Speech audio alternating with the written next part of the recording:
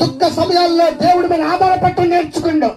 కష్ట సమయాల్లో, నిందల్లో, వేదనల్లో నా దేవుడు నాకుండో ఖచ్చితంగా నాకు సహాయం చేస్తున్నాడు. ఒక స్థిరమైన నిర్ణయాన్ని విడిచిపెట్టుకోకుండా దేవుడి వైపు చూడగలిగిండు. ఆ చూచిన వాడికి, అట్లా చూడటానికి సహాయం చేసిన వాడు దేవుడే.